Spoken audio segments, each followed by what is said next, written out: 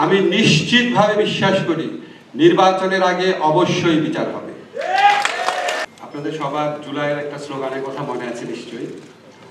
স্লোগানটা ছিল, কথায় কথায় বাংলা ছাড়, বাংলা কি তোর বাপ দাদার।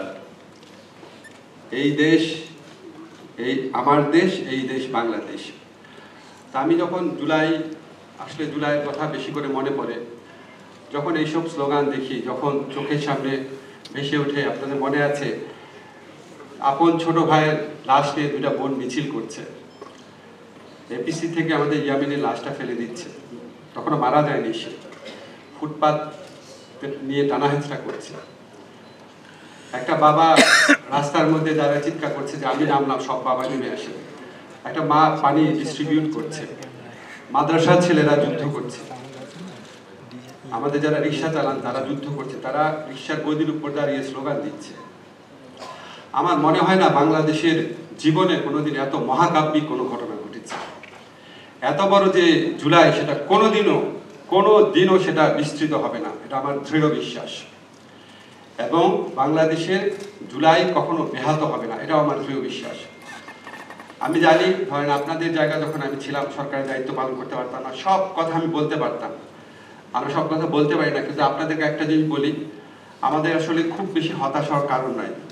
আমি আপনাদেরকে বলি, আমরা যখন সরকারের দায়িত্ব নিয়েছিলাম, আমাদের চিন্তা ছিল বিচারের কথা, সংস্কারের কথা, আমাদের জুলাইয়ের ভাইদের পুনর্বাসনের কথা, আর তারপর সুষ্ঠু নির্বাচনের কথা। আজকে আমি জানি আপনাদের বিচার নিয়ে অনেক প্রশ্ন আছে, কিন্তু আপনাদেরকে আমি নিশ্চিত করি বিচার পূর্ণ গতিতে চলছে, বিচার পূর্ণ মাত্রায় দৃশ্যমান আছে। আপনারা সবাই টেলিভিশন ফুটেজে দেখতে পাচ্ছেন।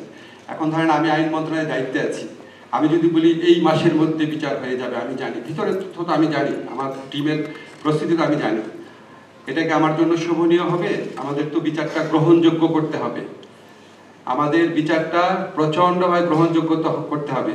শেখ হাসিনার ফ্যাসিস্ট যে দল, সেই দলের লোকজন হাজার হাজার কোটি টাকা নিয়ে বসে আছে। এই বিচারের প্রতিটা জিনিস পুঙ্খানুপুঙ্খভাবে তারা তদন্ত করে তারা বিশ্ববাসীকে বিভ্রান্ত করার চেষ্টা করবে, বাংলাদেশের মানুষকে বিভ্রান্ত করার চেষ্টা করবে। ফলে আমরা সর্বোচ্চ মানের শ্রেষ্ঠ একটা বিচার করতে চাচ্ছি, এবং আপনারা নিশ্চিত থাকেন, আপনাদের হতাশ হওয়ার কোনো কারণ নাই। আজকে আমাদের শহীদ পরিবার যেটা বলেছে, আমি নিশ্চিতভাবে বিশ্বাস করি নির্বাচনের আগে অবশ্যই বিচার হবে।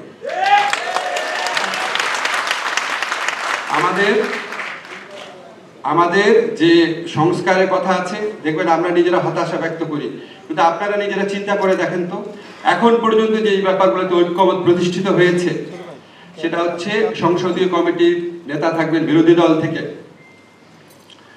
সরকারের যে প্রধান থাকবেন তার মেয়াদ হবে 10 বছরের, তারপরে আমরা উচ্চ কক্ষ নিয়ে আলোচনা করছি, পিআর হয়ে যাবে আমি দৃঢ়ভাবে বিশ্বাস করি। আর্টিকেল 70-র যুগান্তকারী পরিবর্তন হয়েছে। আমাদের এই যে 4টা অ্যাচিভমেন্টের কথা বললাম, আরো কয়েকটা আছে, আমার এই মুহূর্তে মনে পড়ছে না। আপনি চিন্তা করেন তো, গত 54-55 বছরের ইতিহাসে কত সংস্কার ভাবনা হয়েছে, কত দল কতভাবে বসেছে, কত বিদেশিরা বসেছে, কত প্রজেক্ট হয়েছে।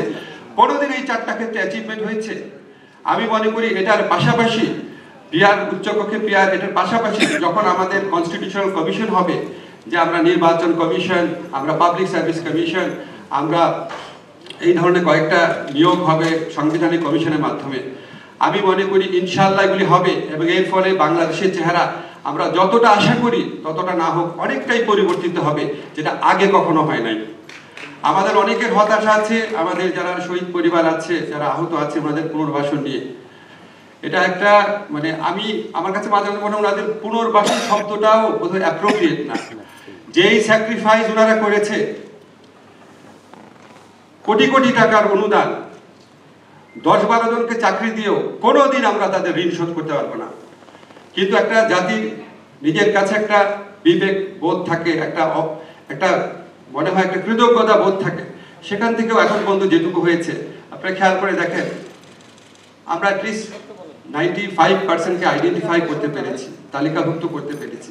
ওনাদেরকে খুব ডিটেইল বলতে চাই না, আপনারা জানেন সবাই, অনেক কিছু করা হয়েছে, আরো অনেক কিছু করা হবে। নির্বাচনের লক্ষ্যে আমরা বলতে চাই আপনাদেরকে, ইনশাআল্লাহ আগামীতে বাংলাদেশে যে নির্বাচন হবে, আমাদের প্রচেষ্টা আছে এটা বাংলাদেশের ইতিহাসের শ্রেষ্ঠতম নির্বাচন হবে। এবং আমরা আমাদের একটা জিনিস মনে রাখবেন, আমাদের অপরাধবোধটা অনেক বেশি। আপনাদের কষ্ট আছে, আপনাদের মনে হচ্ছে এটা হচ্ছে না কেন, এটা হচ্ছে না কেন, আর আমাদের প্রচন্ড অপরাধবোধ কাজ করে। যখন জুলাইয়ের কথা মনে পড়ে, জুলাইয়ের স্মৃতিগুলো চোখে ভাসে, মনে হয় আমাদের অনেক কিছু করা দরকার, অনেক কিছু করার ছিল। এই যে তাগিদ, এই তাগিদ কখনোই ম্রিয়মান হবে না। এই প্রতিজ্ঞা আপনাদের কাছে করে গেলাম। আমাদের সর্বোচ্চ একটা মানুষের পক্ষে তার যোগ্যতার 100% যেটা প্রয়োগ করার কথা, আমরা 100% প্রয়োগ করে চেষ্টা করছি। যদি সম্ভব হয় 120%ও চেষ্টা করব। আপনাদেরকে কথা দিলাম, যেগুলি কথাগুলি বলে গেলাম সেগুলি অবশ্যই বাস্তবায়িত হবে।